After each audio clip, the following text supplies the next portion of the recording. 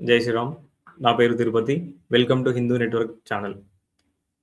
ఇది ఒక కొత్త ఛానల్. దీన్ని స్టార్ట్ చేయడానికి గల ముఖ్య ఉద్దేశ్యం ఏంటనగా, సమాజంలో రోజు ఎన్నో దాడులు జరుగుతున్నాయి. హిందువులపై, దేవాలయాలపై, మన భారతదేశంపై దుష్ప్రచారాలు చేయడము, సోషల్ మీడియాలో గాని, వేరే దేశం వాళ్ళు ఇక్కడ అకౌంట్ క్రియేట్ చేసుకొని ఇవి చేయడం గాని, కొన్ని సాఫ్ట్‌వేర్ బాట్స్ వల్ల ద్వారా చేయడం గాని, దానివల్ల చూసేవారికి ఇక్కడ నెగెటివ్ ప్రొపగాండా మన దేశం పట్ల, మన కల్చర్ పట్ల నెగెటివ్ ప్రొపగాండా అనేది చాలా ఎక్కువైపోతుంది.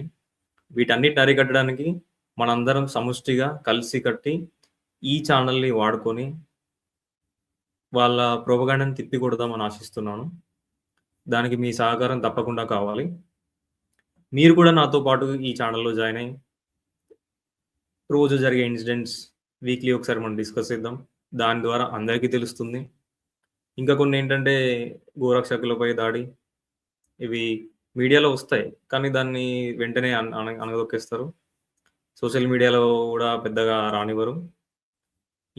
కొన్ని ఇష్యూస్ అయితే అసలు అక్కడ ఆ గల్లీ గూడా దాటవు. అలాంటి చాలా ఇష్యూస్ ఉన్నాయి. చాలా ప్రమాదకరం, ఘోరమైన ఇష్యూస్ కూడా, ఘోరమైన అన్యాయాలు.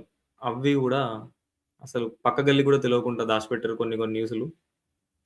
అలాంటి కనీసం తెలిస్తేనన్నా నెక్స్ట్ టైమ్ అట్లాంటివి జరగకుండా చూసుకోవచ్చు అనే ఉద్దేశంతోటే మీ దగ్గర జరిగే విషయాలు నాకు చెప్పండి.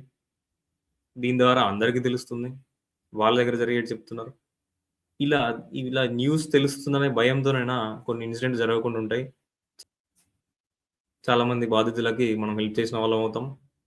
మరియు ఇంకా అలాంటి ఘటనలు జరగకుండా, ఎవరు బాధితులు కాకుండా కూడా చూసుకోవచ్చు అని ఆశిస్తున్నాను.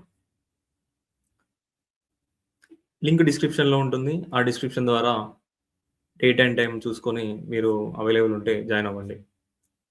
ఈ మధ్య ఢిల్లీలో ఒక బాంబ్ బ్లాస్ట్ జరిగింది. కొన్ని సోషల్ మీడియా పోస్టులు చాలా హాస్యాస్పదంగా ఉన్నాయి. బీజేపీ ప్రభుత్వం కావాలని చేపించిందని, బీహార్ ఎలక్షన్స్ జరుగుతున్నాయి గదా! మొత్తం హిందూ, ముస్లిం పోలరైజ్ చేద్దామని చేపించిందని అంటున్నారు. అరే! మీరనుకునే నిజమైతే టెర్రరిస్టులు బీజేపీ గవర్నమెంట్‌కి ఎందుకు సపోర్ట్ చేస్తార్రా? Simple logic.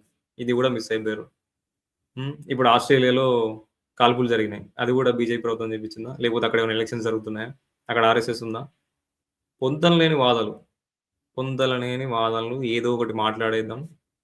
ఎప్పుడు నెగెటివ్ థాట్స్, నెగెటివ్ స్ప్రెడ్ చేద్దాం నెగటివిటీ. దానిలో నిజానిజాలతో మనకు పని లేదు. ఎవరేమంటున్నారు? దానివల్ల ఎంతోమంది ఇంపాక్ట్ అవుతున్నారు. ఇలాంటి వాటిని కూడా మనం తిప్పికొడదాం. మన మెయిన్‌గా ఈ ఛానల్ ఉద్దేశ్యమే అది. మీరు కూడా నాతో పాటు జాయిన్ అవ్వండి. మీ ఐడియాస్‌ని, మీ విశ్లేషణని అందరితో షేర్ చేసుకోండి. ధన్యవాదాలు.